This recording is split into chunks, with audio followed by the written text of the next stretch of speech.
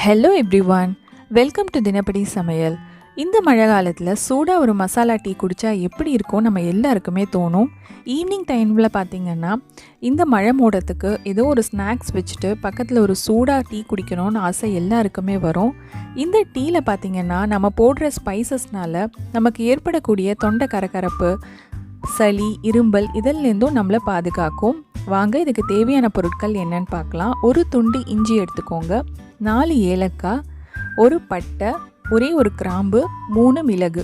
இது 2 பேருக்கு உண்டான டீ அளவு. இது முதல்ல இஞ்சியை தவிர மீதி இருக்கிற ஐட்டம் எல்லாத்தையுமே போட்டு நம்ம இந்த மாதிரி கல் உரலில் இடிச்சுக்கலாம்.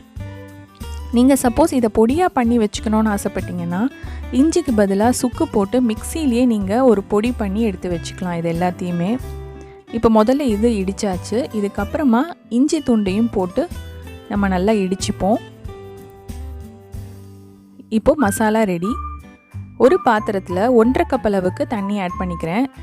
இன்றைக்கி நான் எடுத்துட்ட பால் கொஞ்சம் திக்காக இருக்கிறதுனால 1.5 கப் ஆட் பண்ணுறேன். ஏன்னா டீ ரொம்ப திக்காக இருந்தால் நல்லா இருக்காது, குடிக்கிறதுக்கு கொஞ்சம் தண்ணியாக இருக்கணும். இப்போ 2 டீஸ்பூன் அளவுக்கு டீ தூள் நான் இதில் போடுறேன். அதுக்கப்புறமா நம்ம இடித்து வச்சுருந்த மசாலா இருக்கு இல்லையா, அதையும் ஆட் பண்ணிக்கலாம்.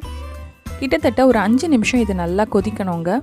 இந்த மசாலா டீயில் நம்ம போட்டிருக்கிற ஸ்பைசஸ் பார்த்திங்கன்னா நம்மளோட இம்யூனிட்டி பவரை இன்க்ரீஸ் பண்ணுற மாதிரியும் இருக்கும். ஏன்னா இதில் இருக்கிற கிராம்பு, அதே மாதிரி ஏலக்காய் இதெல்லாம் உங்களுக்கு இருமல் வராமல் தடுக்குங்க. அதே மாதிரி பட்டை இருக்கு இல்லையா, அது ரொம்பவே நல்லது, ஆன்டி இன்ஃப்ளமேட்ரியாக இருக்குது. இஞ்சியும் ரொம்ப நல்லதுங்க, சளியெல்லாம் பிடிக்காமல் நம்மளை பாதுகாக்கும். இப்போ சர்க்கரை ஆட் பண்ணிக்கலாம். நான் 2 ஸ்பூன் சர்க்கரை ஆட் பண்ணுறேன். உங்களுக்கு டீ இன்னும் கொஞ்சம் ஸ்வீட்டாக வேணும்னா இன்னும் 1 ஸ்பூன் ஆட் பண்ணிக்கோங்க. சர்க்கரை போட்டு நல்லா 1 நிமிஷம் கொதிக்கட்டும். அதுக்கப்புறமா பால் 1 கப் ஆட் பண்ணுறேன். பால் போட்டுட்டு ஒரே 1 நிமிஷம் கொதிச்சா போகிறோம். அதுக்கப்புறம் நம்ம ஸ்விட்ச் ஆஃப் பண்ணிவிட்டு வடிகட்டிடலாம். இந்த சர்க்கரையை நம்ம அந்த டீ தூள்லேயே போடுறதுனால டீயோட ஸ்வீட்னஸ் அண்ட் டேஸ்ட்டு ரொம்பவே நல்லாயிருக்கும்.